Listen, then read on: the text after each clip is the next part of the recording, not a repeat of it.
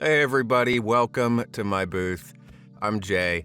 A lot of you have been asking for help hitting ACX specs in Reaper, so that's what we're going to talk about today.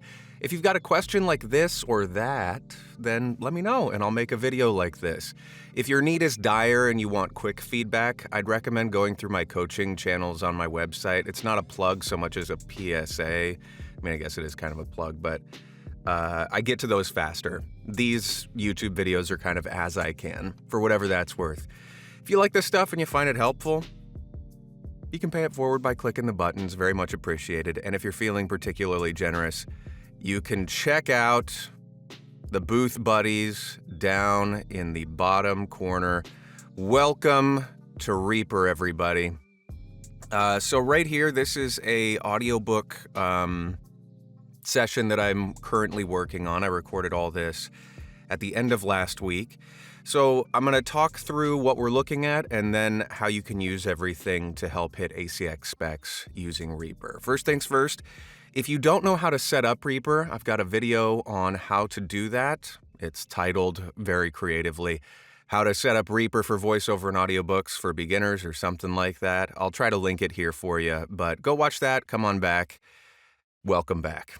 Okay, so the first thing you'll notice is I record everything in one track up here at the top. Reason being, this helps me in a couple different areas. First and foremost, provided that my audio interface settings remain the same and consistent across the board, what I mean by that is as long as my gain remains the same from session to session, and any sort of live effects processing that you may have, if that's available to you, as long as those are the same, then all of the audio that you see here will have the same or consistent sound to it. And then any effects that I apply in Reaper will be easy to apply through the whole book. Any adjustments I make will happen to every single chapter. And it also ensures that my sound is consistent across the whole book. I'm not going to go into detail on how to process audio in this video, simply because I have other videos going into greater depth on how to manipulate these things. If you'd like a video specifically talking about that, let me know. But it'll be largely the same as a lot of the other videos on how to EQ, how to add compression. It's going to be basically the same. So you can go check those out. And again, I'll try to link those as well. Down here in the bottom left, the Region Marker Manager. This is the MVP of audiobook production in Reaper. And I'll get to how I use that specifically in a bit. Then the last thing that's important to note is up here, this little radar looking thing in the top left. This is the ripple editing toggle. I talk about it in how to set up Reaper, but some folks gave me the feedback that they were still a little confused about how to use this, why it's important, and where to find it. So I'll go over that momentarily as well. So that's what we're looking at. First things first, with your audiobook production, we're going to go up to Options, down to Overlapping Recording Behavior, and click on, if it's not already checked, Trim Existing Items, Tape Mode. Go ahead and click that so there's a check next to it like mine here. And what that does is it turns on the, well, I'll just show you. So as I'm recording, Chapter 12. The day started with a grand part, and I make a mistake. Instead of having to do a bunch of hullabaloo fancy editing stuff, by enabling tape mode, we can simply click our playhead here and I can pick up from there. The day started with a grand party at the palace, and it just records over the existing media instead of having to do a bunch of buttons. So that's one way to do it, and that would be punch and roll in terms of audiobook lingo. Another way that folks sometimes like to record their audiobooks is to record and mark their errors with a snap or a dog clicker or something that makes a sound. So that would look like this. Chapter 12. Chapter 12. The story begins with Chapter 12. Our story begins with a party.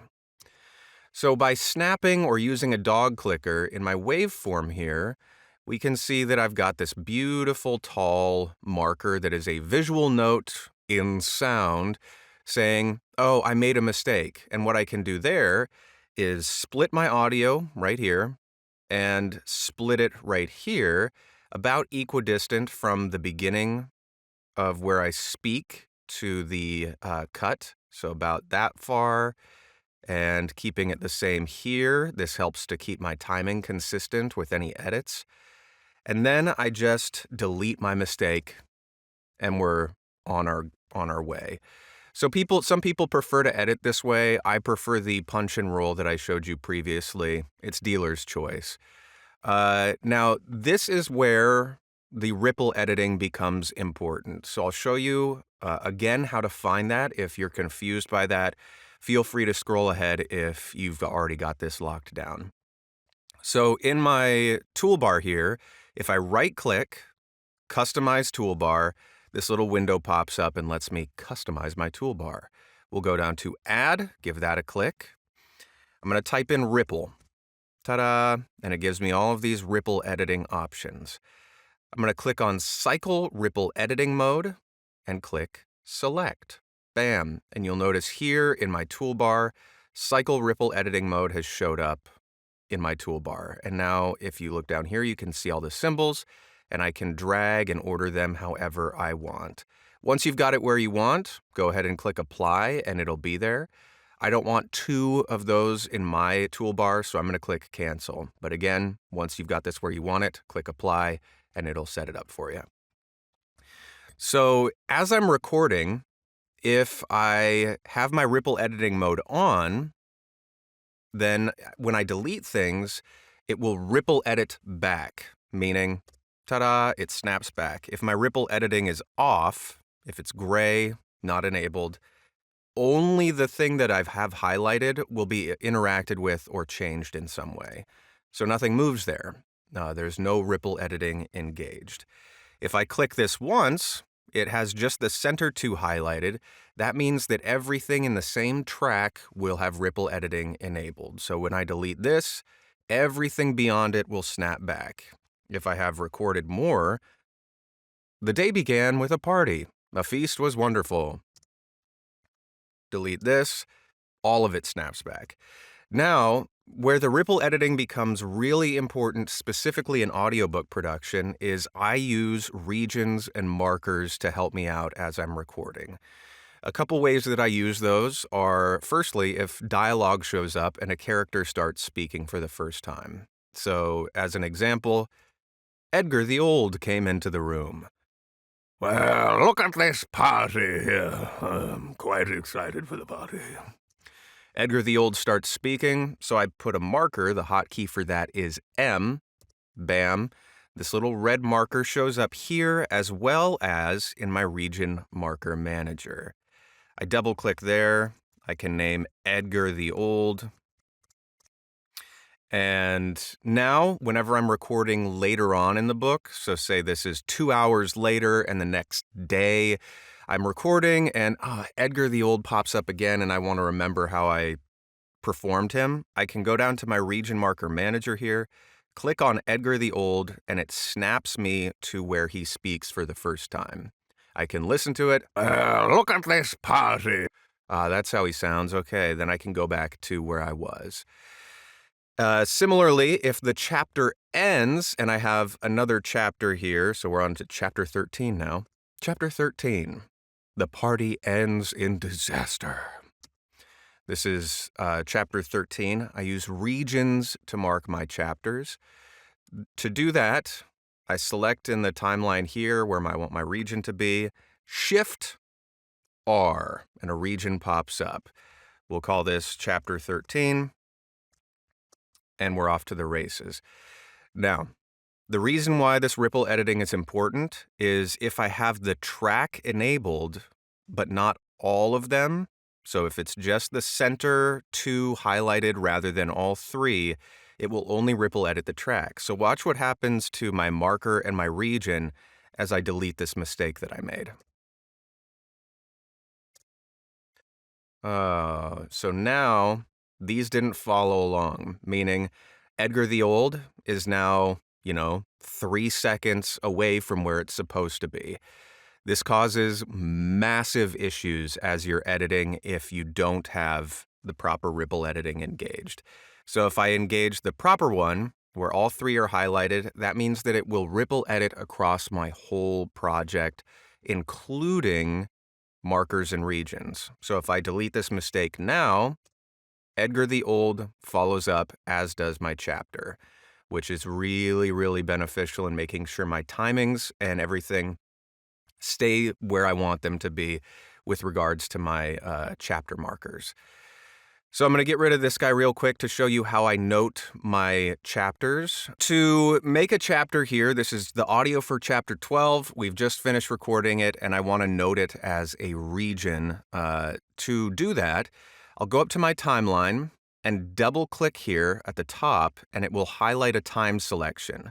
Those time selections using that double-click method will go from the end of your audio up until you hit the first interrupting marker or region. In this case, it's Edgar the Old. If that wasn't there, then I double-click and it will highlight this whole chapter 12. But we want to keep Edgar the Old because in case I forget how he sounds, I want to be able to call back to it. First things first, double-click, Shift-R to create a region. We'll go down here to my region marker manager, label this chapter 12. Now, chapter 12 starts over here. Our region isn't hitting that. There are a couple ways to fix this. One, you can do the slow way, click and drag until it hits there, or you can do it the smart way. Down here at my region marker manager, chapter 11 conveniently ends and is noted exactly where it ends right here in this table. I can double click that, copy it, Command C on Mac, double click here, paste it in there, Command V, enter, and all of a sudden my region is perfectly aligned for chapter 12 here. Now to the ACX specs, again, that half-second silence at the beginning of a chapter and the 1 to 5 seconds of silence at the end of a chapter. If I go to the beginning here, I can use the time selection to check my work, basically. Click here and drag, and you'll notice there is a box as I'm dragging my cursor showing me length. This has a little over half a second of silence right at the beginning. So I'm within spec. If I want to be safe about it, I can click and drag just a little bit more to make sure that I've got about 3/4 of a second. So I've got length noted here on my cursor. If you release, you don't have to click and drag again. You can note it here in the transport. This is the same amount of the time selection here. So 0.676 seconds of silence at the beginning of this file. Great, we're within spec there. We'll move to the end of the chapter. And we highlight from the end of my speech to the end of the chapter, this is far too short. There are a couple of ways that I can handle this. One, and arguably the easiest, is when you finish a chapter, simply continue recording with silence for a while. So, the end of chapter 12. Great. Now, if my chapter ended here, that makes it much easier to just plan. You can hit between 1 to 5 seconds in your mind by going 1, 2, and that's usually the easiest way to just do it with the least amount of work. But double checking my work there, this is about 3 seconds of silence. We're within spec, good to go. Now, another way you can do it is just have a bit of room tone as a file. So if you have the same setup, same room, same gain, the whole system, you can use your room tone and just have a room tone file for yourself that you can pull up and just plop at the end of your files to make sure that you're hitting that spec. Great. So now we know that we have the proper amount of silence at the end of this chapter and at the end, the beginning and the end of the chapter. So the next thing we need to do to hit ACX specs is make sure we have the correct loudness for the file. This is what we do in the rendering stage. So we'll go ahead and open our render window. To find that, File, Render. It's right here, or you can remember the hotkey. I highly recommend you memorize this. For me, it's Option Command R, and it pulls open this window. So I'm going to get rid of all of these things just so that we can walk through everything together. First things first, sample rate, 44/100. That's what we want. Bam, give that a click. Channels, mono, bajam. Format, we want it to be an MP3. This is specifically for ACX. The bitrate, constant bitrate, and we want this to be 192 kilobytes per second. Fantastic. If this little button down here, auto close all render windows when finished, is clicked, go ahead and uncheck that. Next, we're going to go to this normalize limit fade button. This is how we're going to hit ACX specs. We'll give this a click. All of these by default should be unchecked. So if they're unchecked, start by clicking normalize. Change this to RMS-I. And ACX specs for RMS are between -23 to -18 dB. For myself, I usually just shoot for the middle of the road and go -20.5 or -21 dB and call it a day. So punch that in. Next, brick wall limit. The ACX spec for this limit needs to be at -3 dB. Now, occasionally, in my experience, some files will edge above -3, even with this limit set by about 0.02 or less dB. ACX is very picky, so just to give a little bit of headroom, I often do -3.1 or -3.25, just to ensure that I am within spec every single time. Fade in and fade out, we'll go ahead and check those. I think this is just a nice touch for your audio files. It will add a slight glide in and a glide out, fade in, fade out, which I think is just a nice touch for a listener's experience. And we'll go 500 milliseconds there and 1000 milliseconds on the fade out, or half a second fade in and a full second fade out. So that's what we want. Go ahead and remember those, and you should be good to go. Next, we need to choose where the files are gonna live. So go ahead and click Browse, and you can put this wherever you want. For myself, I have an audio file here in my renders from Reaper, and here's the one I'm currently working on. So we'll go ahead and open that. If you need to make a new file, you can just click New Folder, title it whatever you want. And when you create it, it will open the blank folder for you and just click Open, and that's where they'll live. Now we need to make sure that we name all of our files so that they're all easy for us to know which files go where, etc. So the beautiful thing about Reaper is this saves our work for us and makes it a lot easier. We'll click Wildcards, go down to Project Information, and depending on the kind of book that you're recording, the chapters may be named things differently. Maybe like instead of Chapter 1, the beginning, and Chapter 2, the middle, or the betrayal, or something like that. And those, it can be hard to keep track of which files come first. Fortunately, in the regions, our regions will be numbered in order of in the order that we created them. You can also change the way we name them, but so 1, 2, 3, and it doesn't matter what my chapters are titled. So the first thing that I always put is region number. That way the beginning of my file is always in order.